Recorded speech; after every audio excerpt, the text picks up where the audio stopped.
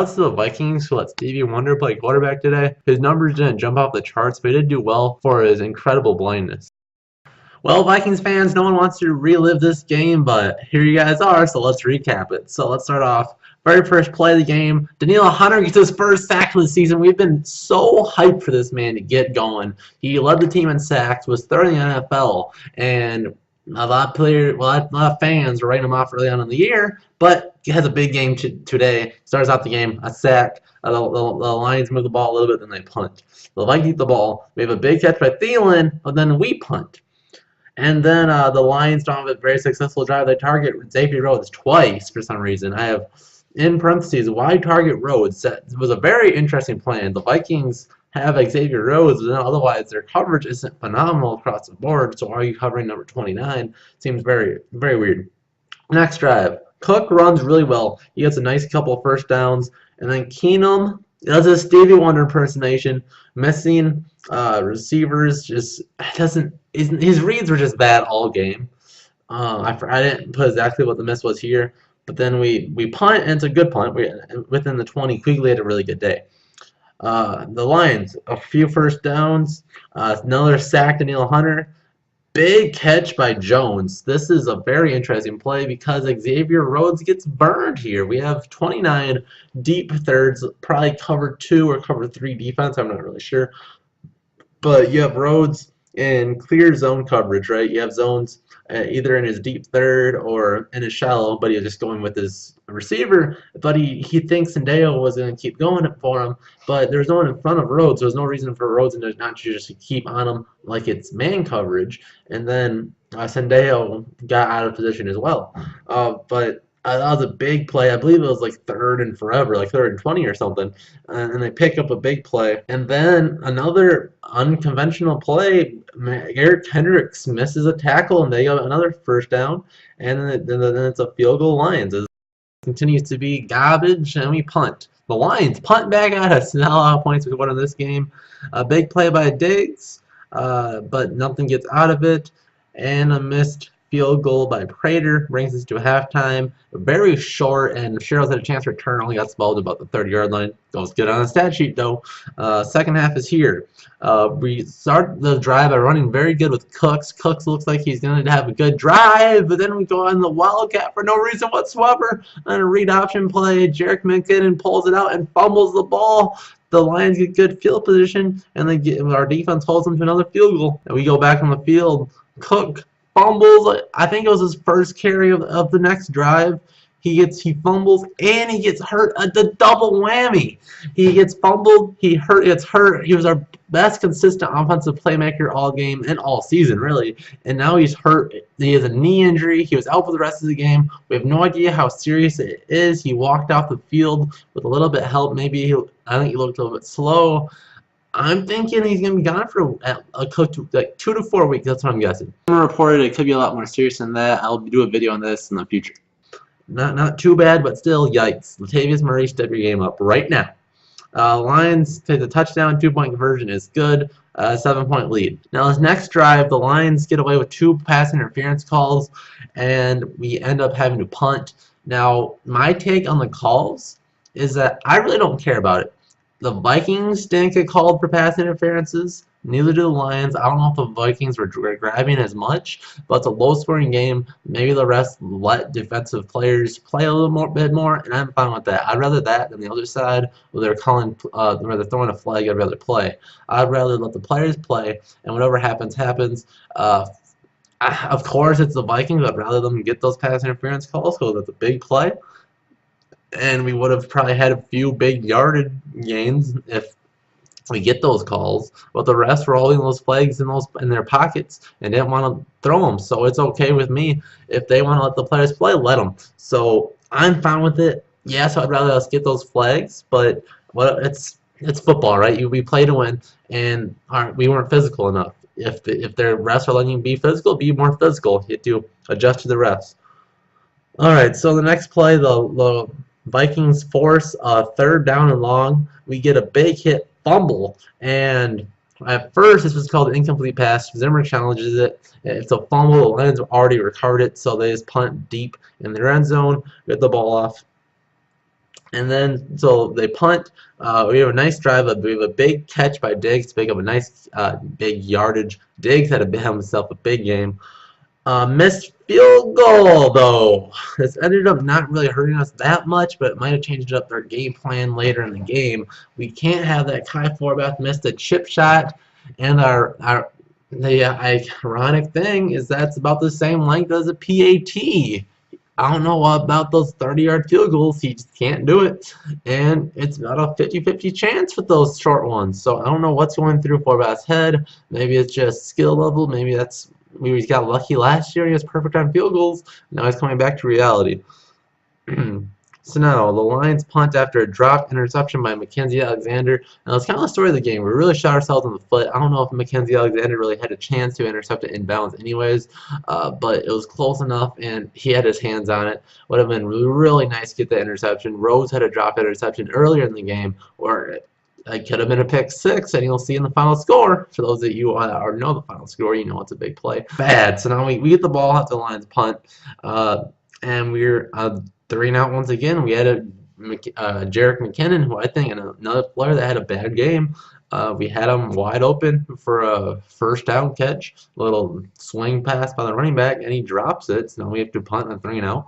The Lions get the ball back, a big sack by Eric Kendricks, and the Lions punt back at us. The Vikes have a good drive. We're at the 5-yard line. Keenum gets sacked for 10 yards. We go for it on 4th and don't get it. Lions 3-and-out. Then the first play of our two-minute drill, throws first down catch by Thielen, but then he fumbles straight in the Lions' arms. Game over. The Vikings lose 14-7. One of the worst games to watch because it was so self-inflicted for most of the time. We had those fumbles. We didn't get those interceptions when we needed them. We sacked Stafford, I believe it was a total of 7 times. Our defense was great. They ran the ball pretty well on us, but we stopped them. Let's look at the sacks in just a minute. But I think overall our team did good, but just a few mental mistakes. That big play over Rhodes' head, when Rhodes is more than better enough to be able to make that play. He's not dumb. He is the best cornerback in the league, as far as we know. But okay, whatever. Let's look at the stats and see just how well our team played. So overall stats of the game. Let's start off with the Vikings and our boy Case Stevie Wonder Keenum, 16 for 30, 219 yards, 0 touchdowns, 0 interceptions.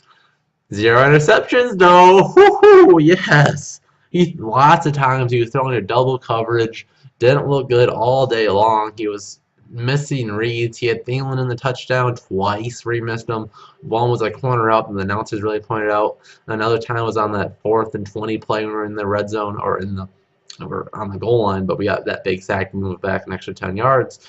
And Thielen again in the middle of the end zone, wide open within like 3 guys. Fire that baby in there. It's a tied game, but he misses him twice. Thielen, he's the second best receiver on the team.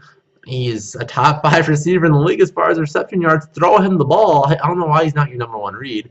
And he didn't get Rudolph involved at all. He kept trying to throw these deep balls to Treadwell, who was fairly open on some of them. And if he wasn't getting held, I think he makes some big plays, but a lot of targets that don't look good. Now, Dalvin Cook, on the other hand, did look good. 13 carries for 66 yards, a touchdown as long as 10 yards.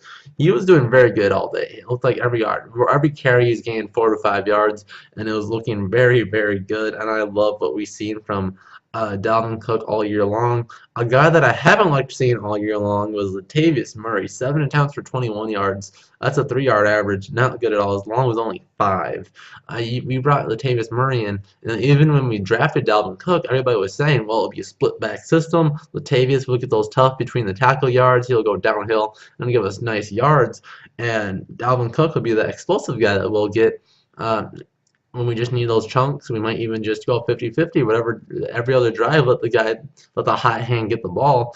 But Dalvin Cook's ran away with it, and it's more so because Dalvin's being great, but also because Latavius Murray has looked not good at all. Maybe it's lingering things with his ankle injury, but he is not looked good. His pass protection has been very subpar, which I thought was going to be his best part of his game.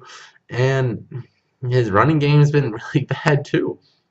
Receiving, Stephon Diggs, 5 catches, 98 yards, was a stud. Game ball, Stephon Diggs. Adam Thielen, 5 receptions, 59 yards. Pretty solid, but the fumble, yikes. So, WTF, as the kids would say. Kyle Rudolph, 2 for 34. Should have had a lot more, but instead of targeting him like a good quarterback, Keenum decided to be stupid. I don't know. Sacks. Limo Joseph had a sack. Eric Kendricks had a sack. Everson Griffin had a sack. Danielle Hunter had 2 sacks. And there we had it. 3 fumbles on the day. 1 Dalvin Cook. Jerick McKinnon had 1. Adam Thielen had 1. Forbath 0 for 1 on field goals. 1 for 1 on extra points. Quigley had a very good day punting the ball. And yeah, there we have it. There was our stats on the day. Let's go to the Lions. Matt Stafford, 19 for 31, 209 yards, 0 touchdowns, 0 interceptions. A lot like Keenum, but he wasn't playing behind the whole game. He wasn't getting linked down. He wasn't playing the Vikings defense. Okay, Matt Stafford did a solid game against the Vikings defense, but the Vikings defense was really good. Matt Stafford's a really good quarterback. I think right around the top 5 bubble. I think he's really, really good. Amir Abdullah, one of his best games as a pro, 20 attempts for 94 yards, a 4.7 average, a really solid day. And that's about it for the running game. Receiving really shut down but spread out a little bit. Marvin Jones, 2 for 42, mostly on that big 38-yard one over the top of Xavier Rhodes. Fells, our backup tight end, that's mostly just a run blocking tight end, had 4 for 40, targeted a lot very early on. TJ Jones, 3 for 33. Golden Tate, 3 for 29. Their leading receiver held under 30 yards. This Vikings defense is legit.